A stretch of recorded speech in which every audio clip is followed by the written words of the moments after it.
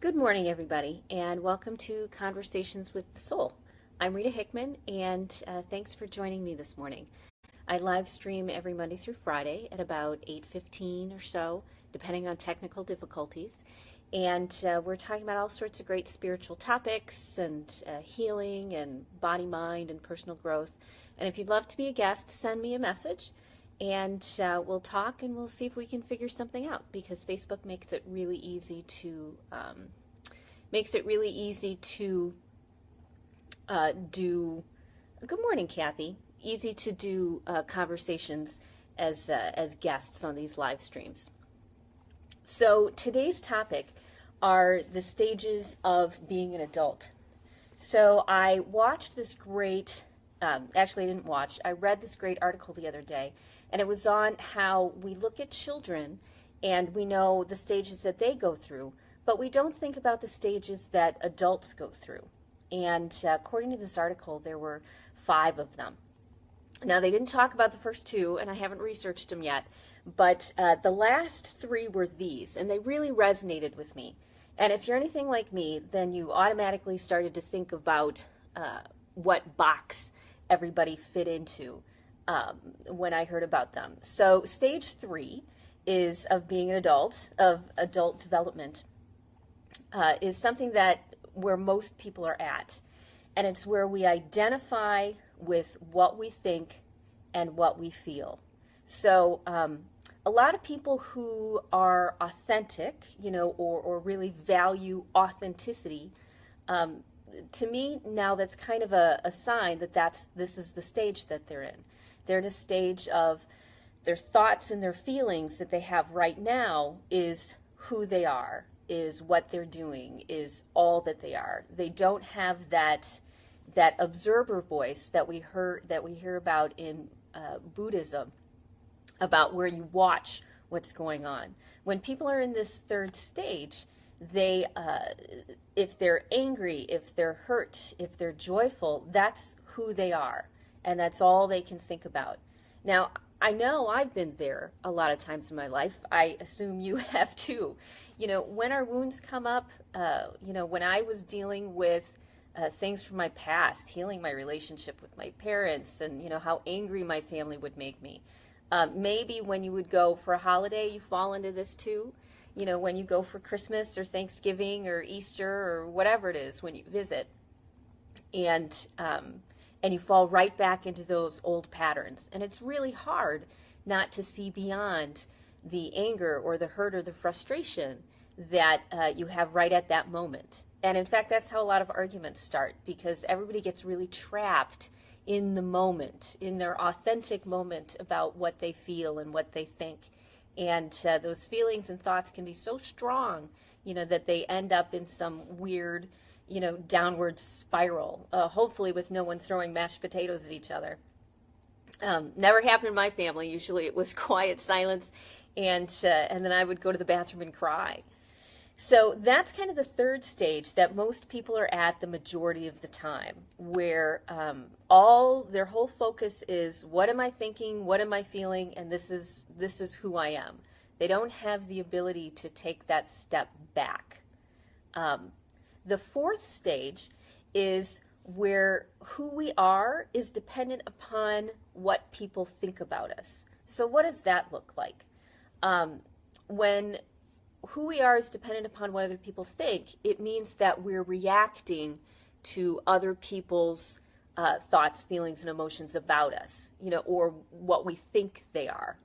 That's happened to me all the time too, where the moment that I'm in is dependent upon whether you like me or not, dependent upon whether you're nice to me or not. I mean, that happens to me a lot when I get trapped in a little bit of an argument with someone or a disagreement.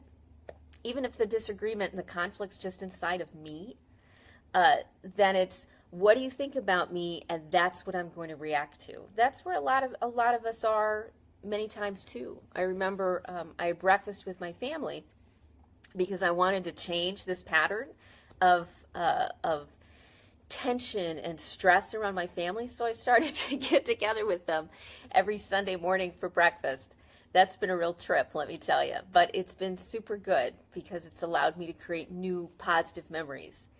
But the conversations sometimes are based on, what does my father feel? How does he feel about me? And is he in a bad mood? What's he going to say? Is he going to be critical?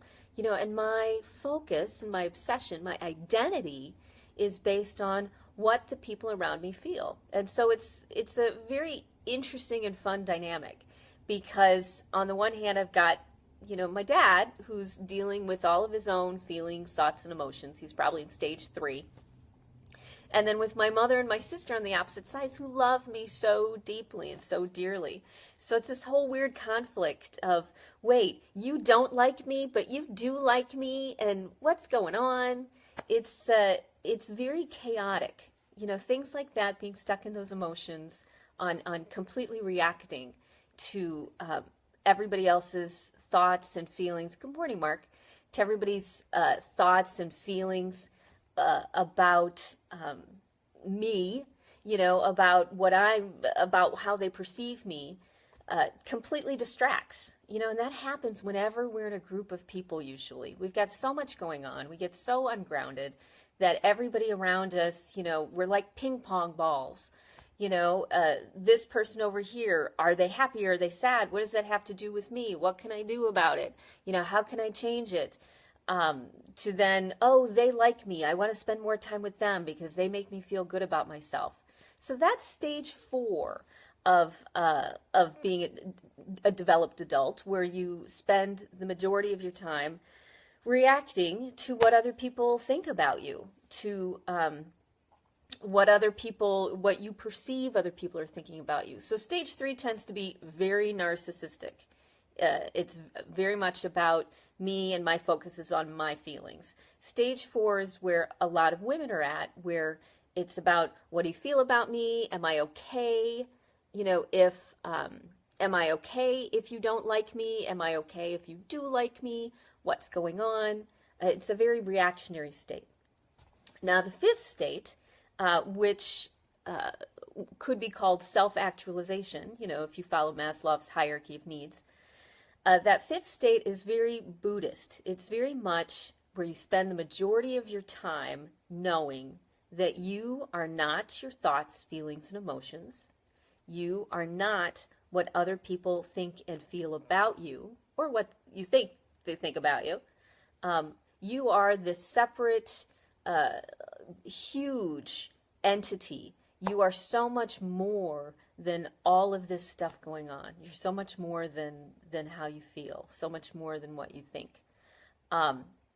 When you spend the majority of your time there, even when your body's reacting to everything going on around you, even when you've got these feelings and this conflict and this vulnerability, and even when those are going on, you keep that observer voice that says, wow, this isn't who I am.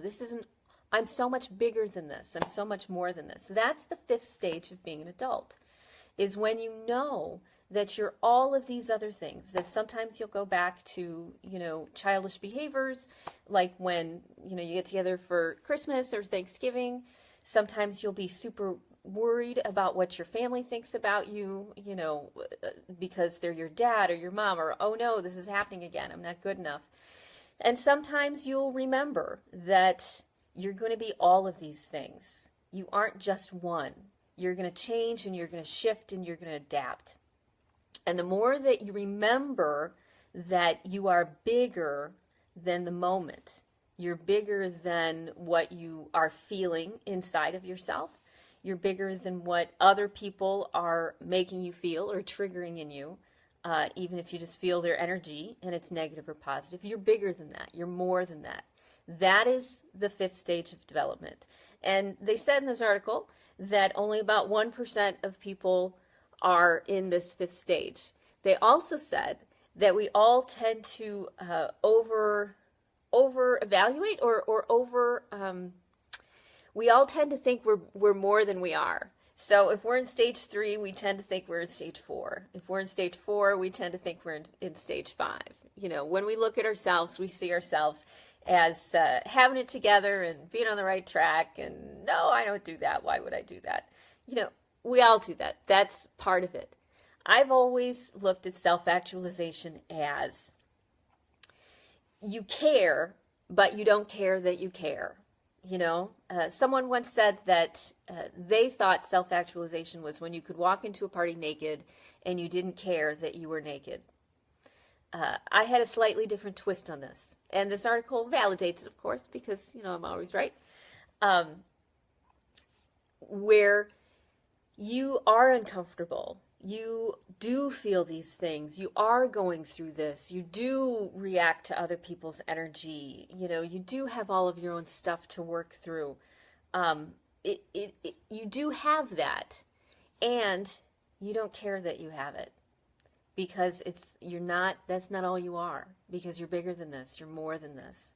And the world is very big, and life and people are very complex. And we'll never figure them out. We'll never totally figure ourselves out.